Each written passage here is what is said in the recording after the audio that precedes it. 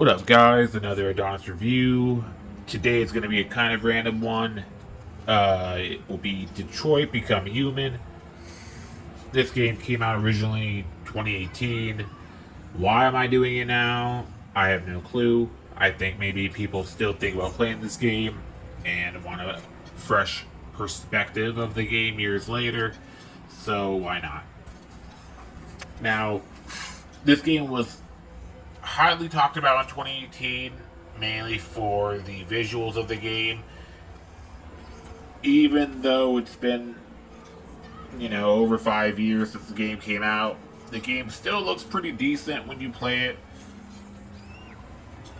But, the lacklusterness of it has dimmed a little. But like I said, most visuals haven't really improved much since 2018.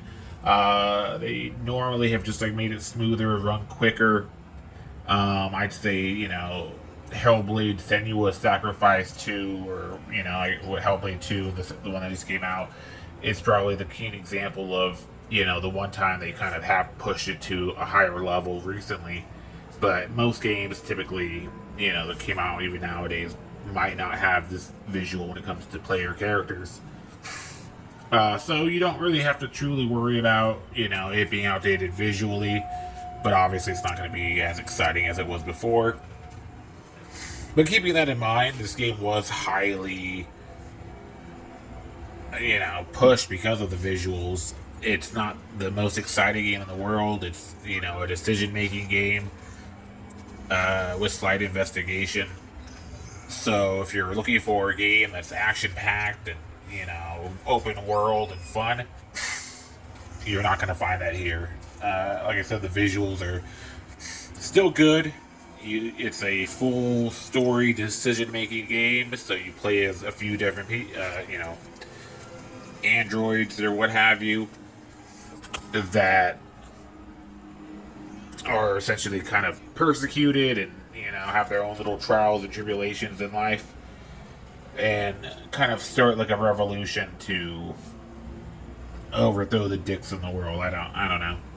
And maybe they're feeling a bit, but the androids that feel or start going like rogue are actually like androids that have broken their programming and are feeling more than others. I digress, that's the point for you to figure out if you enjoy the story of it and what the story is. But that's essentially the main grasp, right? You're gonna play through a few different android stories.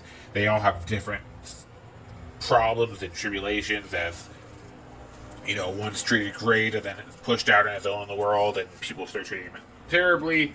Another one's like a detective, and his partner hates him because partner hates robots. And like another one, as you just saw, was an android that has to run away with a kid because her dad's trying to beat her. And then you get, choices and decisions you get to make throughout the game, and to possibly change the outcome of how everything turns out until you get to, I guess, a revolution. So with that being said, you can enjoy it for its story. It's tough, even on the best of stories, if you just watch a bunch of story. You play games to play a game, not to, watch a bunch of cutscenes. But, it's not the worst. I wasn't cringing or dying all the time. It did have me entertained at a point, where I was able to finish the game. So that's good, right? And just give up on it. So visuals still hold up. That's one. Be aware it's a story-based game with decision-making and no real combat or movement of your own. You walk, but you don't have you can't hit square to attack or anything. And it's the full linear, game. So you're just here to kind of play the story out and make decisions for people, and see how that turns out for yourself. Long story short, the game is still something that is playable today.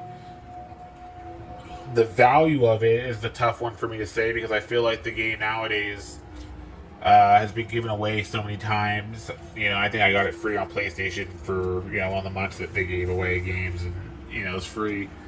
But it might even be free just normally if you have like PlayStation Plus or one of the memberships. I'm not sure, but like I said, it's been free so many times. It's tough for me to tell you to spend money on it. With that being the case, I can't tell you to spend much. Irregardless, I'd say the max I'd spend if you're just dying to get it would be like $10. I'd say if you really want to play it for some reason because you just love decision making story games, maybe a good deal would be $5, I suppose. But like I said, paying more than $10 for the game is kind of a sin because it's been free so many times. So keep that in mind. It's like I said, it's not the most boring game. The story does hold pretty well to keep you entertained with what happens and kind of be into the mystery, but if you are bored during high cutscene games, then this is not the game for you. Hope this helped anybody making a decision today that decided for some reason to play this 2018 game. Have a great life. Later.